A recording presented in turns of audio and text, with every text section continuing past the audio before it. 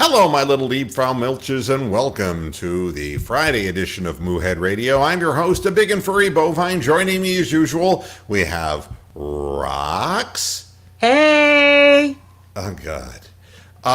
We've got Brian, the equine again. Nay. We've got Jake from his sofa. And we've got Rick. So Happy Hugh Jackson Day. This is the band of five. We might be seeing Steven, but he's probably either eating or drinking or both right now. You know, I hate to be like the grumpy old man who says, "Hey, you kids, get off my lawn." I hate to be that guy, although I can be. And we'll bring in resident roving reporter Bill Masterson for the occasion. I don't know if I want to do this. Neither is the audience. Yeah. Hello, everybody. It's me, Bill Masterson from Canal Fulton, Ohio. How's everybody doing out there in Moo Moo Land? I just wanted to point out this whole Kobe Bryant thing has gotten under my skin. I'm closer to death than I thought he was, and the next thing you know, Kobe's imploding in the side of a hill. And me, I'm thinking about the good old days with my wife who passed on 8 years ago. She's sitting beside me here in the living room. Or was it a bowel movement? I can't tell. I don't know. There's something about our relationship that's disintegrating, and I think it's her. I'm not going to do this. I'm not going to do It's not me, baby. It's all you. Bill Masterson should just go away once and for all. Yeah, I'm not getting on a helicopter. The whole Kobe thing is bothering me now. This is going way too fucking far, okay? I mean, this is becoming a publicity machine and a marketing vehicle, and it's bothering me. Here's the way I look at it. Kobe's not even one of the three best players who ever played the game. I'm going to ask a few questions, and first I'm going to tell you what my conclusion is, and then I'll give you my reasons for coming to that conclusion. Since the advent of 24/7 sports, talk, radio, television, podcasting, and the prevalence of social media, everything has taken on this ridiculous, bizarre, expanded, kind of thing. And everybody pays ultra attention for short periods of time, but because the attention span of people is that of a gnat, they move on to something else after intensively, totally laboriously tearing it apart. And I'm sick of it because all of the important things that I grew up with in sports never got talked about, and they still don't get talked about. And Kobe fucking Bryant, this is going to go on for weeks, I think. I mean, listen to some of the goofy stories, NBA All-Stars all going to wear Kobe Bryant's number 24 and Gianna, his 13-year-old daughter's number 2. Isn't anyone going to wear 8 for early Mamba? Jeez. See, again, it's the memory, the short memory of people, Maybe some white girls who will wear number 8. Yeah, well, I'll tell you what I'm beginning to think is that there was no number 8 because in the public consciousness, because he was 24. And you want to know why he was 24? Why do you think he was 24? He wanted to be one number better than Jordan. He was 23. Thank you. Not to mention LeBron James, who took it on himself to wear 23 in honor of Michael Jordan. So that's the reason that the Mamba was number 24. All right. So they're all going to wear the same uniform. Right? And it's like, okay, Now, here are the LA Lakers. How could we take advantage of the corpse, even though the corpse wasn't recoverable? How are we going to do this? Hundreds of thousands of people have cycled through the LA Live campus outside the Staples Center in the days since Kobe Bryant and his daughter Gianna and 7 others, who were never mentioned, died Sunday in a helicopter crash. Flowers, candles, jerseys, stuffed animals, balloons, Elvis Dayglow pictures, letters, and other tokens line the street outside the home arena where Bryant starred for the Lakers. But as the Lakers prepare to play their first game since Bryant died against the Portland Trail Blazers on Friday evening at the Staples Center, officials are asking that fans do not visit LA Live, where the game will not be shown on the LED screens outside the arena. Quote, "If you do not have a ticket tonight for the Lakers game, do not come down to LA Live," said Lee Zeidman, the president of Staples Center, Microsoft Theater, and LA Live. "Stay home with your loved ones. It's going to be a tremendous emotional tribute to Kobe, Gianna, and the 7 others who were nameless, and you won't want to miss it. We're not showing it on LED screens here downtown in Los Angeles, so stay home with your loved ones and watch this tremendous tribute by the Lakers to the Bryant family and the others who lost their lives who are still nameless. And hug your loved ones tonight, because you just never know." I mean, what kind of shit is this? It's like Ed Sullivan. Now, right here in our show, Dead Kobe. Let's really hear it for Dead Kobe. We're going to be doing a full hour of nothing but Kobe. It's like, if hundreds of thousands of people have showed up to LA Live telling them to miss this one, I mean, isn't that really great? Stay home and watch the show. It's like the Beatles on Ed Sullivan.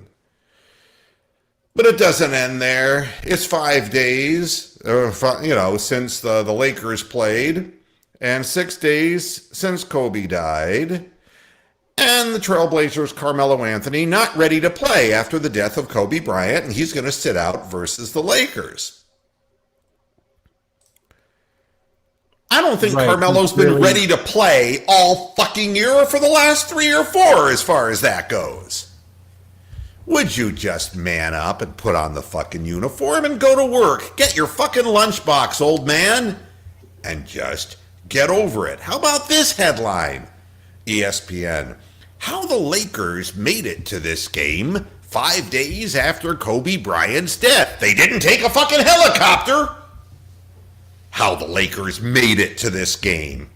I didn't think that they'd make it. I didn't think they'd survive Kobe's death and the 7 other nameless people. This is pathetic. I'm going to tell you some people who never got a send-off. How about Muhammad Ali when he died? Muhammad Ali was the greatest boxer who ever lived, and as a human being was 20 times more influential than Kobe Bryant. And when he died in Berrien Springs, Michigan, ESPN 14 showed highlights of old Ali fights, and they ran it on ESPN Sports Center. But how come we didn't hear, no one's going to be allowed to do a shuffle in the ring anymore? Nobody's going to be able to quote poetry before a fight ever again. Nobody's going to be able to wear number 24. No, that's what they're saying now. No one's going to, the NBA's going to retire number 24 permanently. And he's not even one of the 3 best players who ever played the game. Blow me. Fucking blow me. Muhammad Ali is a much huger historical figure than Kobe Bryant. But you see, it didn't happen now, when all of this social media is clamoring. Hank Aaron is, without a doubt, legally, the most prolific home run hitter in the history of baseball. He's still alive. If you didn't know, but you probably don't know, because you're so busy talking about the people who just died. But when Hank Aaron dies, are they going to say, no one's going to be allowed to wear number 44 ever again? Are they going to dig up Willie McCovey in his grave and say, give the uniform back? You have to understand that he was number 40. Okay. I'm going before your time. But the fact of the matter is, these people who are acknowledged pioneers, great Well, how about players. in that same vein? How about renaming McCovey Cove? Yeah, yeah. It's like this goes on and on. I can tell you about, who's going to see this kind of a send off, And the answer is we make these names. And I know this is not going to be a popular point of view, and I don't give a fuck. We make these names and we feed off of it. And this notion of don't come out to the game because we're not going to show it on the LED screens. If you paid your premium Lakers ticket price and there's still some available seats, you'll be able, at a scalped price, to be able to attend the tribute to Kobe. But free on an LED screen? Fuck you. Fuck you. Hell no. Stay home with your loved ones. Like fucking Lee Zeidman and the Lakers care about your fucking loved ones, It's like, hey, come on out to the Staples Center and we're playing the Warriors who aren't any good anymore. And you know something? We're having fuck a strange woman night. That's right. The cheap seats, nobody will see you. Your wife, your kids, nobody will see you. But if you pay that especially low Los Angeles price of $600 for the ticket, you can get a blowjob in the cheap seats. So come on down. Cheat on your wife and kids. The Lakers don't give a shit about your loved ones. And this notion of, because you never know what's going to happen. Don't get in your car. Don't cross the road. Don't go to vote. Don't do anything. Stand there with your thumb up your ass, but not too far, because you might hemorrhage to death. You never know. Or rupture your cranium. And you know something, I'm willing to entertain other points of view. All died of natural causes. Do you really think Muhammad Ali died of natural causes at 70 years of age? Oh, please give me a break. The man I mean, he could die at 70, but his quality of life before that was not what you would expect from somebody his age. Nobody went to his house and said, geez, Muhammad, let's talk, Nobody, the fact that he was silent, by the way, Chris, for the last how many years of his life, he couldn't talk because of the Parkinson's syndrome. Well, do you think part of this issue is the fact that the NBA knows this is probably the best thing for ratings, where they have to? That's right. It's cynical, but you strike while the iron's hot, Jake. I kind of actually care about this one game. Maybe I might watch it, just maybe. I probably won't. But it might force 10 people to watch the game because it's the first game since Kobe's died, And so they're talking about his wife, so the media has given attention to the other people in the crash, So Kobe's wife, who wanted a divorce in 2011, because Kobe cheated on her in Colorado with a mentally unstable woman in a hotel room. And we're hearing about, and of course, it's horrible for her. But I mean, does this have to be the stuff of which people gawk and talk about nonstop and the league has to use for marketing? I don't think so. I don't think so at all. And now we're going to dedicate the whole season to Kobe and and it's like, oh, please. We don't even talk about Oscar Robertson anymore.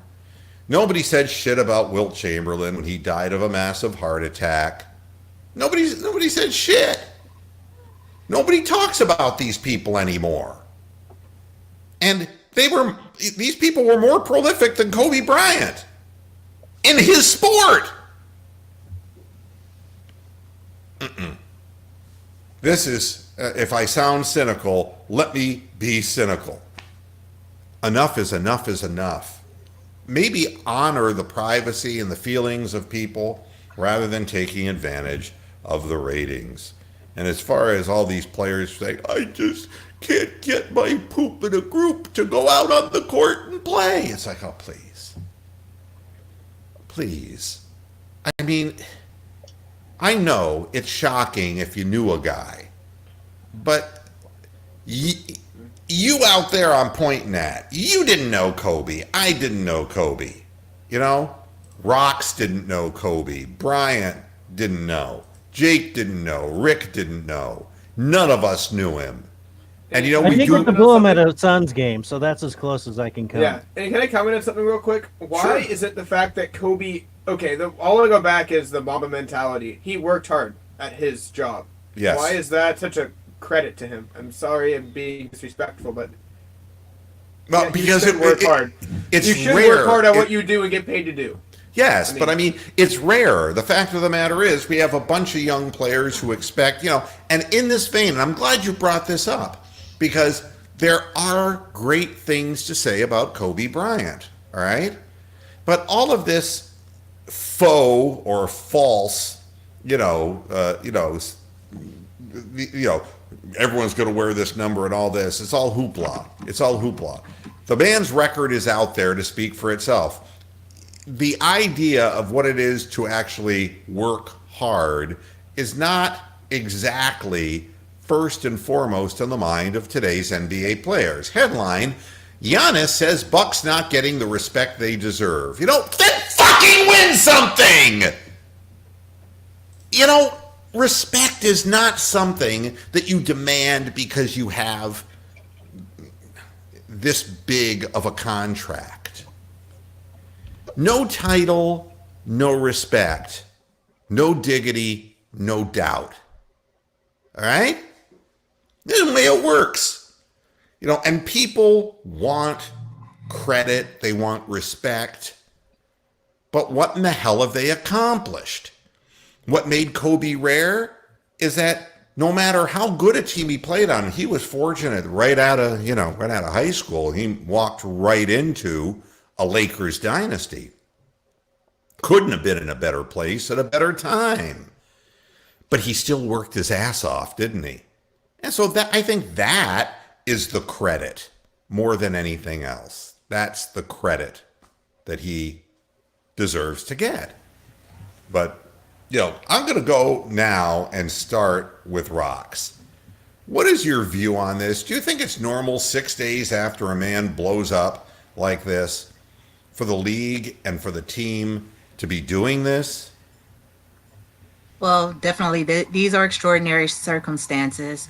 I think that Kobe was a great player, so I can understand the outpouring that he's receiving. But yeah, I do think that there's an element of what you say, that it's for the ratings. This is a marketing grab. This is capitalizing on someone's death.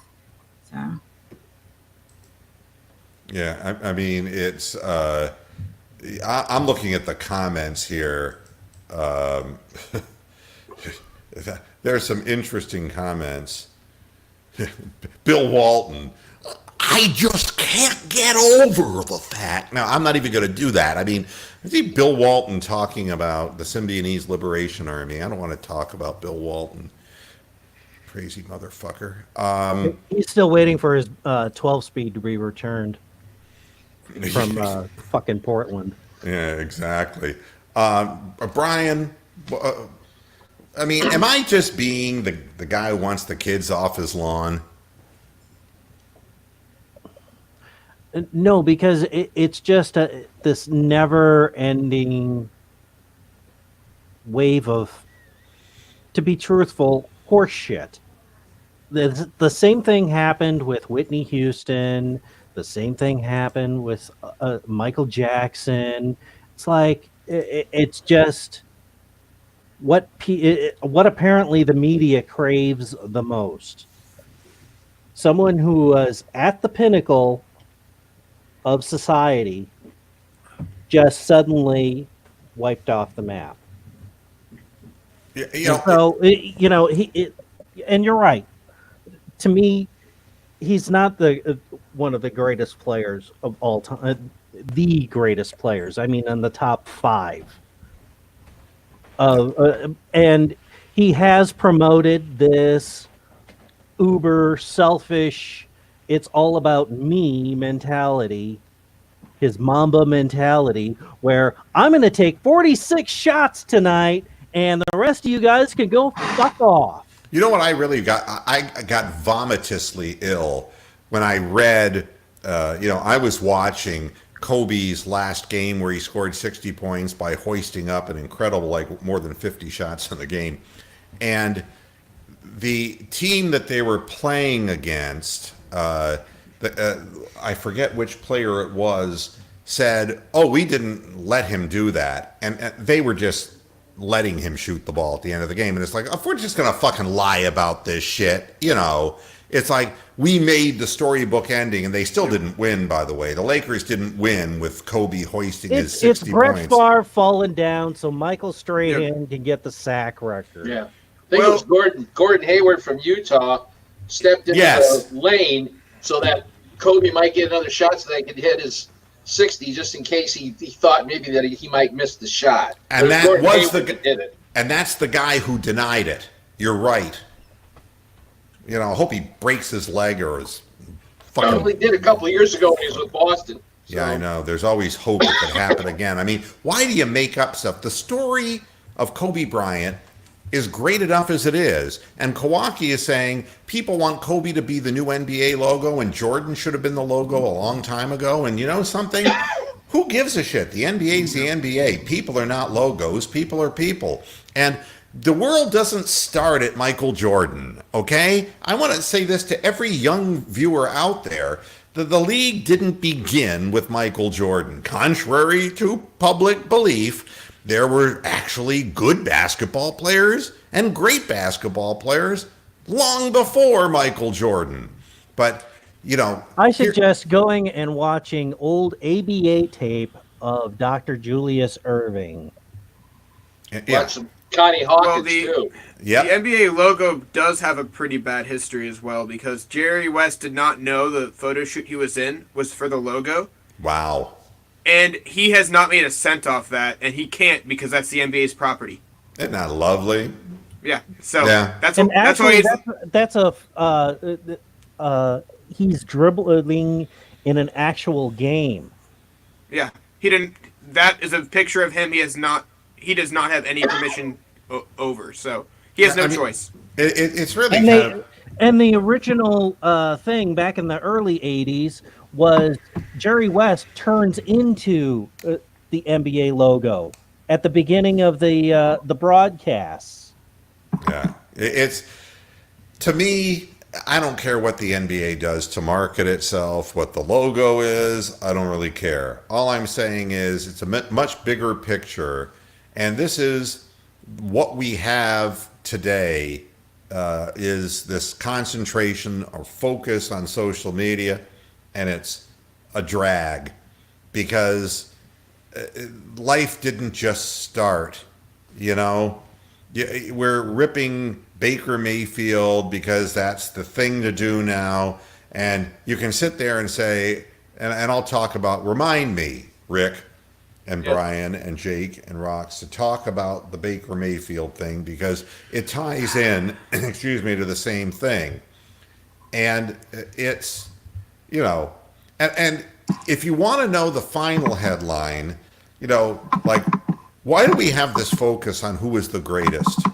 And the answer is because it's an argument on social media. We do it with everything. No, it's greater than that. It's an argument among fandom. It's gone on since the 20s. Well, I'll tell you this. You're either an Apple guy, or you're an Android guy. You're either a Jordan guy. I'm a Windows Phone guy, just to be clear. Yeah, okay. But I'm just saying. I'm the total contrary. You're either a PlayStation guy or you're an Xbox guy. We've done this with everything. You're either a Trump guy or you are an Obama guy. And there's no fucking in between anymore. This is what we've done. This is what social media has done. It has polarized people into fanboys. And and listen to this. Does anybody remember who Ronda Rousey is, by the way? Uh-huh. Yes. Yeah. She's yes. wrestling, right? Say what? She's a professional wrestler now, right? Yeah, right. Yeah. Professional wrestler. the perfecter of the mean, pouting face who got her ass knocked out twice, okay? Here's your headline. Ronda Rousey no longer feels pressure to prove she's the best ever because she's not the best ever!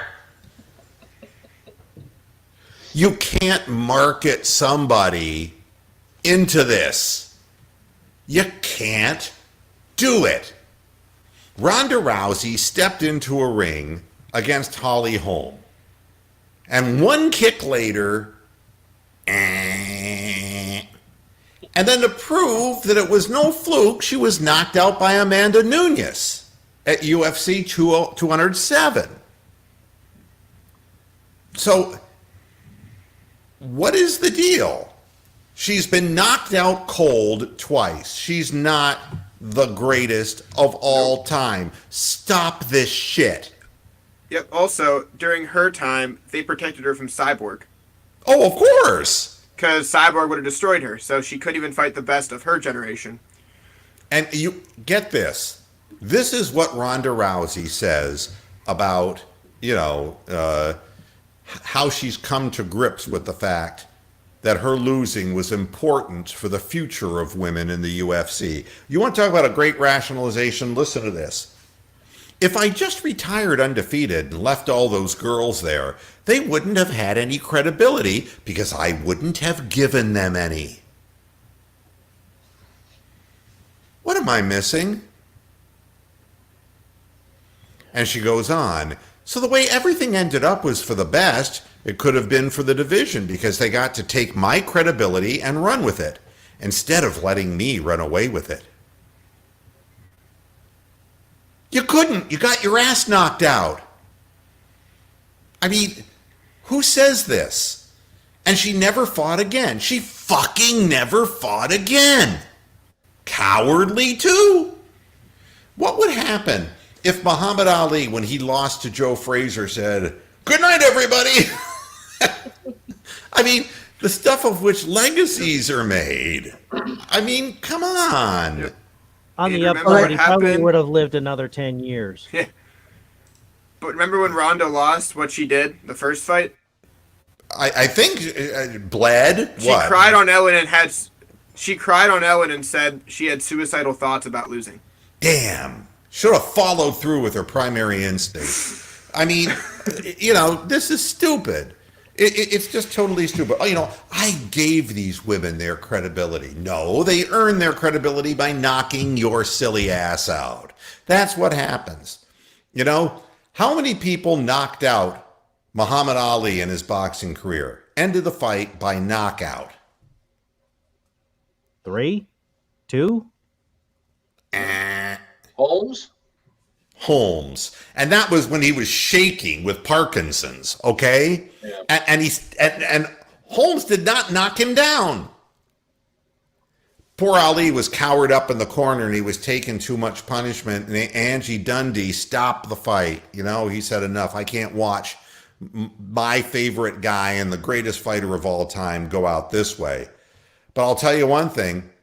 Ali would not have been knocked out. He wouldn't have let it happen. He didn't let Leon Spinks knock him out when he was just shot to shit at the end of the first fight. And what did he do with Frazier? He got hit by whopper shots and knocked down in the 15th round. And he came back and fought him a second and a third time and beat him and knocked Frazier out the final time with a stoppage in the 14th round in Manila. That's what champions do.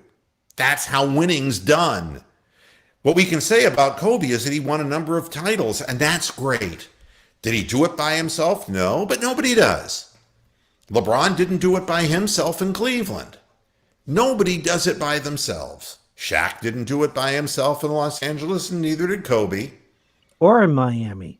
And Larry Bird didn't do it by himself, and Michael Jordan didn't do it by himself. And it's a 5-man basketball game, 5 men on the floor at once, working together as one unit. That's how it gets done. But in a one-on-one thing like a boxing match, Angelo Dundee can give whatever advice he wants to give. But the heart of the fighter is what determines the outcome. Muhammad Ali didn't know how to lose and stay lost. He didn't know how to do it. The greatest fighters, Sugar Ray Robinson. You know what they used to say about Sugar Ray? He had an entourage that was so huge that he would party away the night and day after he would win his title back, and then he'd lose his title just so he could win it back again. You know what fighters used to say about Sugar Ray Robinson? They'd ask him, "Hey, are you the champion now that you beat Ray Robinson?" They said, "No, we're kind of borrowing his title," because they knew he was going to get serious, he was going to train, and he was going to come back and kick the shit out of him. And that's what he did. Great fighters, great athletes find ways to win. Ronda Rousey, how dare you? How dare you even mention the word greatest in the same sentence as your sorry ass? But that's the problem. It continues on with this nonsense. You know, the Colin Sexton story and the Rising Stars NBA game. He was left off the team. Wait a minute, I got something. Wah, wah. Oh, Ricky, they left me off the Rising Stars team. Ah. Lucy, you better go get the Fred Nephilim, Little Ricky, and meet me at the club. You know, Colin Sexton, you're playing for a lousy fucking team. The NBA doesn't care about Cleveland, and never will. We got our one title. Thank you, LeBron. Thank you, Kyrie, even though I can't stand Kyrie. But thank you for making the big shot. Thank you, K-Love, for taking a backseat to two really egomaniacal guys. And, you know, thanks to everybody who participated in that season and allowed 1.5 million people to show up for the mass catharsis of Cleveland failure. Yeah, thank you. Greatly appreciated. But, you know, that's the last shining beacon moment in the NBA for Cleveland. They don't care. Is Colin Sexton one of the best? Well, he's better than Perro. Are you fucking kidding me? Of course he's better than that. But if you're Colin Sexton, you know, I deserve to be on the... You don't deserve anything. You deserve your paycheck. You're making money and you deserve the next contract you get. You're Andrew Wiggins, you know? You can score 20 points a game and not win a fucking thing. And yes, the Timberwolves have lost now, 11 games in a row? I don't know. You know, I thought Karl Anthony Towns and Andrew Wiggins was the second coming of Jesus Christ in Minnesota. Tony, your thoughts? Unless you point the microphone at... Nobody cares. I mean, Kevin Love, it'll tell you. If Kevin Love left Minnesota to come to Cleveland, that'll tell you something about Minnesota, folks. I mean, it's not the center of the NBA universe. And well, and here again, he was the only player on that, a real player on that team. On what team? On the Timberwolves. Yeah, they had a bunch of nobodies. And, you know, I can tell you this. Ooh, Ricky Rubio. Yeah, look what he's doing in Phoenix. Absolutely shit. They got 20 wins. Guy shoots blanks. You know, the thing is this. The coaching staff was upset, you know, and 19 and a half points a game. And, you know, there is a whole article about, you know, how he should have been, you know, there are statistics in this. Let's see if I can find them. He is one of 9 players in the NBA averaging at least 19 points, 45% shooting, and 85% from the free throw line. You know, and he's just 21 years old, right? I mean, everybody else, you know, the U.S. team consists of 10 total young players, 5 guards, 5 front court players. Chicago center Wendell Carter Jr. was picked, but can't participate because he sucks. And, of course, Zion Williamson, fat boy who don't play. Hey, he's a shining star.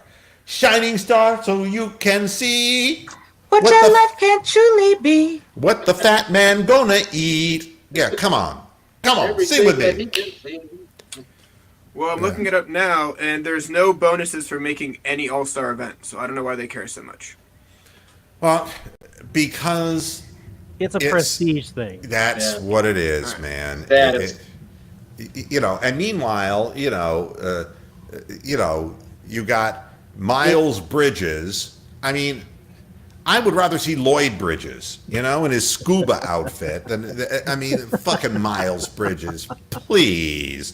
All right, see, Jaron Jackson Jr., say that 3 times real fast. Golden State's Eric Paschall, all right? And of course, look, Luka Doncic, yes, okay, fine. I mean, there are guys who literally deserve this. And, is he even going to play with his ankle, though? yeah, I mean, but if you're looking at these players, it's a joke that Harrow, is that his name? Tyler Harrow, that's his name. Yeah. Yeah. That guy, I mean, no. But, but Devontae Graham, yeah. John Morant, yeah. I mean, absolutely. These guys are good players. And, they're actually improving their teams. And Colin Sexton is Ricky Davis. The team isn't getting any better. He's not really getting, he's shooting while he knows how to score the basketball. He doesn't play a lick of defense. And he's playing in a team that does not matter to the NBA. And nobody cares if they ever see a Cavaliers uniform on television, which you're not going to see all season long. It'll tell you just exactly what the NBA thinks. And you want to know why? Because social media doesn't care about the Cleveland Cavaliers either.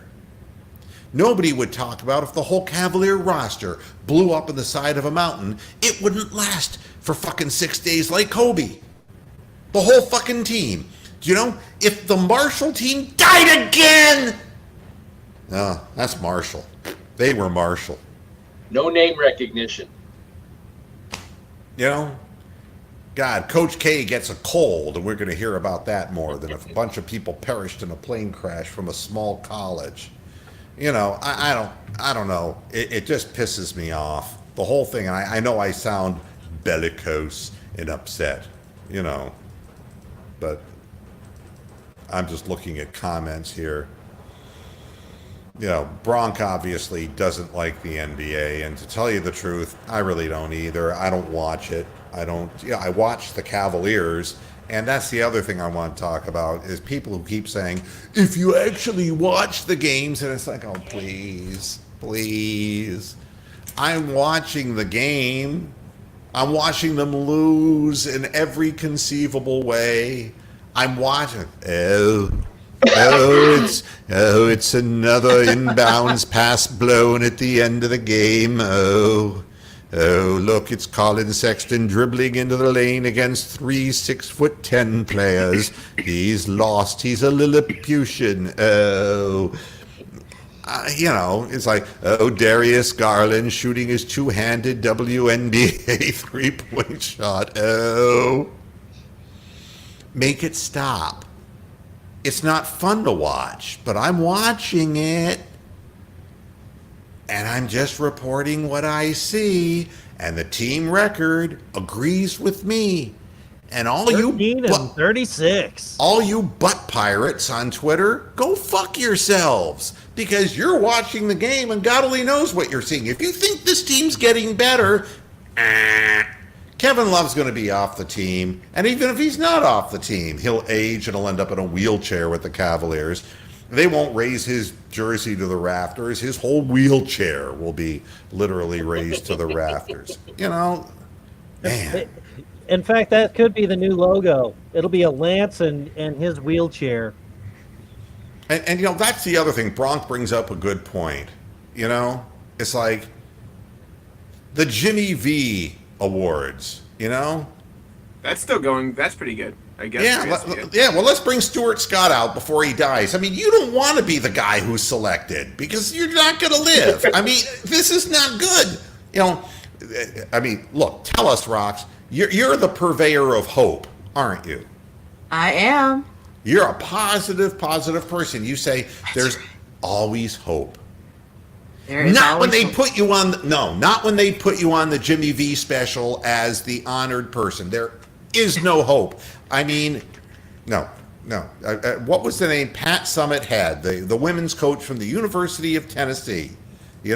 she had Alzheimer's disease, and it's like, we better hurry up and get her into this thing because she didn't know where in the fuck she is. You know, The one that survived was the NFL player's daughter, I think, for the Bengals that one year. yeah, and That was the pediatric cancer survivor. She survived. yes, That's somebody got that's the one. fired for that. really. No, I'm being sarcastic. I'm about to say. It would not surprise me though, because no one knew who it was. No. Because I don't know the name, so it's probably No, not she worth it. lived. She lived. It's like we were only trying to find dead people while they're still alive. It's a tricky business, but damn it, she lived. The little girl lived. Damn it, you're fired. The only thing missing is the 8 timer on the stage that they just haven't quite gotten into the screen yet. Yeah. Stump jumpers, Crumbly. Yeah, there's a lot of different, But going back to this whole deification of the dead thing, it just really reminds me of the Don Henley song "Dirty Laundry." Mm-hmm. The older I get, the truer that song gets. Who had more hit singles over his career? Michael Jackson or Tom Petty? Oh, Michael Jackson, by a wide margin. I mean, you're going all the way back to the Jackson 5. Yeah. That's right. All right. So a lot of people will talk about Michael Jackson when he dies. When Tom Petty dies, it's kind of like, yeah, he took too many drugs and he died. Hey, wasn't that the guy that sang about pot? Yeah. Yeah, I mean, to me, it's, in the world of music, it's kind of like, all right, if you're the, I don't know, who was the guy who just passed away? Was he was with a rock band. He was, I believe, the guitar player. No, the drummer, Neil Peart from Rush. Rush. He had his 15 minutes of death fame, and then nobody will ever talk about him ever again. I mean, a few people are big enough.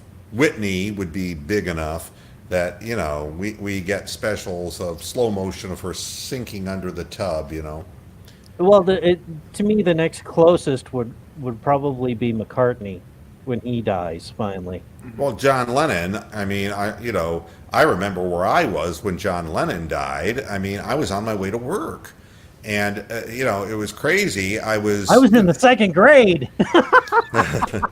I was on my way. I was a salesperson. And the kid that stuttered was the one that stood up in class and said, "Excuse me, Mrs. Warren, but John Lennon died last night." And I'm like, "What? Yeah. Are you fucking kidding me?" Because the local rock station, WROK, was playing, they played like 6 John Lennon songs in a row from the Beatles. And Probably all Imagine. I figure everybody. Imagine was like number 4, but they had like Help and Norwegian some of his Wood or something other, like that. some of the other bigger Beatle hits that he But sang. I remember I was in my car driving to work, and it wasn't that far to get to work. But I always listened to the buzzer, WMMS. I grew up in Canton, Ohio, and that's where I was, my beginning sales days in radio. And man, they were talking. They weren't playing music. And it was like, what the hell are they talking about? And it didn't take very long to figure out what they were talking about. And you remember things like that. So there's nothing wrong with remembering where you're at and having respect for somebody who passed away. But it doesn't, it's not like the cynic would say, okay, we're going to put Beatlemania, these 4 fake Beatles guys together, and we're going to take advantage of John Lennon's passing. Beatles are hotter now than ever, and they're never going to get together again now. That's the cynic. And it wasn't long after that McCartney did the song duet with Michael Jackson, and then they had their falling out when he was talking about to Michael Jackson about owning different musical catalogs, and McCartney was going to try and buy back the Beatles catalog. Yeah. And Michael Jackson had more money and outbid him. Yeah, but And then ended that shit real quick. I'll And tell then you- all of a sudden, Nike ends up with Revolution in a fucking shoe commercial. yeah. Would have pissed John off to no end. And, Oh, yeah. But let me tell you something else. Michael Jackson, that's not the end of the Beatles catalog. Michael Jackson outbidding Paul McCartney for McCartney's own song catalog seemed weird enough at the time. And Michael Jackson had gotten all this upfront money from his record label to be able to afford to do something like that. The problem is that nothing comes for free. And as he spent all of that money, the collateral for the record label was the Beatles catalog. Nobody talks about who owns the Beatles catalog today, because it ain't Paul it's McCartney. Sony. That's right. Sony owns all of that shit. That's right. And because you know what they did? They Don King'd Michael Jackson. The exact same thing Don King did to Mike Tyson. The exact fucking thing.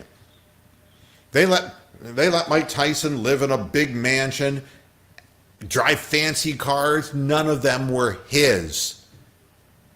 All the accountancy, once Mike Tyson lost, all of it went away. Michael Jackson had debts he had to pay off, and the lien that Sony had on him was the Beatles catalog. And that's how he got it in the first place. Make no mistake about that. That was Sony's plan from the get-go. It's really Well, shitty. plus all of the payout for the kids in the, what was it, the early 90s, and then all of his legal fees in the at the end, the medical stuff, paying off the baby mamas. Oh, It added up. I want to remember. I remember about the Baker Mayfield thing. All right. The other thing that's driving me nuts on social media: you're either a believer in Baker Mayfield, or you think that he's Deshaun Kaiser or Johnny Manziel, that he's another fucking bust. You know what I can't figure out? Everyone acknowledges that Freddie Kitchens was a mongoloid idiot. Okay, he had one chromosome too many, and he grew up in the Deep South. And he had God no, damn it, he had 6 fingers on his left hand. and he was a losing quarterback at Alabama. And he was actually more functionally illiterate than Joe Namath, who was a winning quarterback at Alabama. So what do you have? Hell, he was worse than Richard Todd. What can you say? Freddie Kitchens ruined the Browns. He ruined the offense. He fucked everything up. When it was simplistic and it was a professional offense that Todd Haley installed, he's fine. With the piece of shit and the dysfunction between Freddie Kitchens and Monken, it all fell apart. And it wasn't just him, it was everybody. The whole thing just fell apart. Mistakes were being made, assignments were being blown, yet Baker Mayfield somehow comes out of this as being a bust. Shut your pie holes and wait and see in a balanced offense, and it's like, oh, he's a one-read quarterback. Well, no, he wasn't doing one reads in his rookie year. If you look at the film, no, he wasn't glued to one receiver. You'd be glued to one receiver, too, if you didn't know where in the fuck they were running, and if they didn't know where in the fuck they were running. Come on. Stop this polarized, I'm an Apple fanboy. Stop being gutless and start looking at the big picture. Baker Mayfield could be a really good quarterback given the right protection and the right offensive scheme. Am I going to tell you that he's Tom Brady? Fuck no. Is he Brett Favre? Fuck no. I mean, no more than Colin Sexton deserves the Rising Stars. None of these accolades has Baker Mayfield earned. But he hasn't earned your goddamn wrath as being a bust like Deshaun Kaiser, who's not even in the league anymore. Just shut up. And the pressure that they were ripping him on at the Super Bowl media all came from the fact that they put it on him and said, you had a disappointing season and were seeking attention, but they put the attention on the Browns, not Baker. You know, and the truth is, of course, Baker came out and, you know, he was with Rex Ryan on ESPN, and, you know, in exchange for showing Rex his feet, Rex was, you know, obligatorily kind to him in the interview. And Baker said that he put his foot in his mouth too many times, and he's got to, you know, get more serious about really, it's about really not turning the ball over and all that. Well, Stefanski, if anything, the offense is going to be positively boring compared to what we were used to with schizoid Freddie Kitchens. It's going to be a lot more focused, and it might seem a little bit drab and vanilla and simplistic. But the fact of the matter is, if everybody's on the same page, you're going to see that Baker Mayfield can make decisions in the pocket, assuming there is a pocket and he doesn't get chased out of the pocket, and assuming that the middle of the line doesn't collapse because one guy decides not to get off on the snap and lets his man get into the backfield too quick. As long as these things don't happen, Baker Mayfield will be fine. And, you know, is he Drew Brees? No, not every guy who's 6 foot tall is Drew Brees. Just get over these stupid, shallow comparisons. I think that he has a chance to be a good winning quarterback in the league. All right? I think that he's better than Andy Dalton. Okay? And Andy Dalton did make the playoffs a couple of times. He failed in the playoffs a couple of times, but he made it there. I think that he has a chance to be as good as Phillip Rivers, okay, who hasn't won a goddamn thing in his life.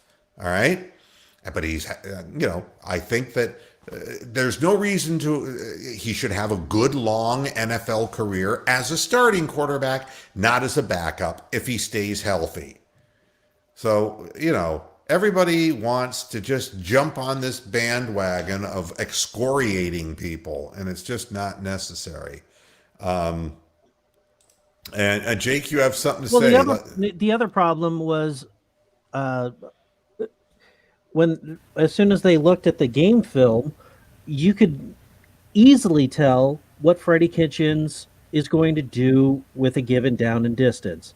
So it became a very predictable offense, even though, you know, everybody's running willy-nilly, but you could tell exactly what was going to happen with a given formation. You know, it only changed a little bit when they had Hunt in the game, who could catch the ball out of the back, or, you know, run wide receiver patterns, and was actually, you know, trying to be a halfway decent fucking football player. Yeah, Jake, you bring up a point. In his interview, he seemed contrite a little bit.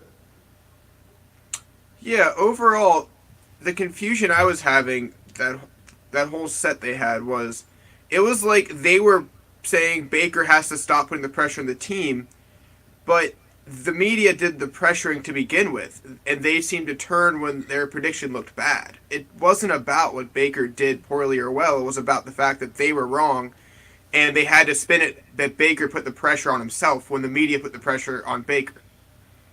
Kick them when they're up, kick them when they're down. Yeah, but they just spun the story in a way where it's like, you have to do this for good TV. I get it, but just admit you're doing it for ratings, because you're not honest if you're saying Baker put all the hype on himself. You know, I never wanted players like Josh Gordon or Callaway or even Kareem Hunt, who were troubled people. And I didn't want goody two-shoes guys who don't have the ability to play the game. I wanted rugged men who could play the game, who gave you their all. And I wanted swagger on the Cleveland Browns because, gosh, we were whip puppies. For decades now, we've been whip puppies. We just go out there, same old Browns, and they quit. And, you know, Baker Mayfield is a breath of fresh air, and he's not going to completely shut up, and he's still going to have the drive and desire to win. I like swagger, all right, on my football team, because there ain't going to be no help. There ain't going to be no Roger Goodell, New England Patriots help for the Cleveland Browns. They got to pull themselves out of a goddamn hole. And the only way they're going to do it is with attitude. And Baker, he thought after that rookie year that there was momentum to be built on. He had no idea how Jimmy Haslam could fuck up a wet dream. He had no idea. And then he woke up to find out. how that happens. And dysfunction amongst offensive coordinator and head coach, and Ryan Lindley, who couldn't coach a quarterback out of a paper bag, and every bad thing that could have happened. And don't take his swagger away from him. Stop it. Stop with this bad mouthing. It's just enough is enough. And as for me, being down on Colin Sexton, it's like, stop with the attitude during timeouts of looking away from everybody and the bad body language and the forced shots. Stop with that. They've taken him away from being the point guard. I actually had people saying, well, gosh, he's actually averaging 4 assists as an off guard now. And it's like, yeah, because he couldn't play the point. They're actually trying Kevin Porter at the goddamn point now, and a few, initiators, what they say. Initiating the offensive set. It's ridiculous. The whole thing's ridiculous. I mean, Colin Sexton is a guy who can score the basketball, and there's a lot of them in the NBA. A lot of guys who can do that far better than Colin Sexton. And like I said, y'all had Andrew Wiggins is your first pick and gone before we got to see just how lazy he was and how he was never going to amount to anything except Ricky Davis. There's lots of Ricky Davises in the league. Lots of them. They can put up 18, 19, 20 points a game and never fucking win a thing. They don't make people around them better, and they really antagonize the people around them because they're volume shooters and they don't shoot that good a percentage. They don't play defense. They don't put out all the time, and they act like little spoiled children. Mama mentality, man. Yeah. And the coaches who fail at coaching them get rid of them, and the next head coach thinks they can change them. And that's how they keep getting jobs. Yeah. And the fact is, guys can't be changed. They can have one good year. J.R. Smith can turn it around for 1 year, and then he goes right back to being a dud. That's the way it works in the NBA. It's the way it works in professional sports for the most part, but in the NBA especially. Do you remember when they said that Carmelo was better than LeBron when they first came into the league? And the reason was LeBron hadn't hit a game winner, and Carmelo had. That's what I call a really deep analysis. Forward thinking there. Just unbelievable. Well, that's my show of complaint today. And I know it's we got to predict the winner of the Super Bowl before we get out of here. So we'll start with Rick. Who wins? I'd like to see Kansas City win because just to see Andy Reid get, his Super Bowl trophy. But the way I look at it, Kansas City's got great players. And San Francisco's got a great team. So I like the Niners in this one, 34-31. All right. Jake, what do you think? 49ers, 34-31. Wow, I think it'll be higher scoring than expected. I think it'll be closer on the scoreboard than it is during the game. Maybe a late touchdown by the Chiefs, but I think that run offense is too much for Kansas City. I know they're playing better on defense, but not enough. Brian? I'm gonna go with I'm gonna go with the Chiefs on this one, but I think it's gonna be it's not gonna be a high scoring game. It's gonna be like 24-20. 24-17. It's going to be between the margin of victory is going to be between 4 and 7 points. All right. And Rocks. I think the 49ers are going to take it 31-27. All right. And as for Mr. Moohead, your not so favorite bovine with my dead dog in the background. Boy, he does. He looks like a carcass, doesn't he? This is what I call a rotisserie dog. And you just put a little spit and we're gonna let's have a luau, loo doo loo loo. I'm going to be the one who has to be ridiculous about this. The 49ers are going to win, and it's going to be 41-17, and it's going to be a complete blowout. And my feeling is the 49ers have a better defense than the Chiefs do, and they control clock. The Chiefs strike quick, score points in bunches, but the 49ers defense is better. And when they get the ball offensively, that damn offense running the football, I mean, they consume clock. They get ahead of you, on top of you, and then they force you into a predictable offense. And even Patrick Mahomes and Andy Reid, and you know, Andy Reid does not have a good history in these types of things. So I'm going with the 49ers running away easy, 41-17. Call me crazy. And the dog behind me, he's just waiting for his dinner. Thanks, everybody, for tuning into this edition of Moohead Radio. It was fun for me complaining bitterly for 60 minutes. It was good for my soul. Back again on Monday, and we'll be talking about the aftermath of the Super Bowl, and we'll be talking about what it's like 9 days after Kobe exploded in the side of a mountain. Thanks, everybody, for tuning in, and until next time, hasta la vista, Pastor Heads. Good night.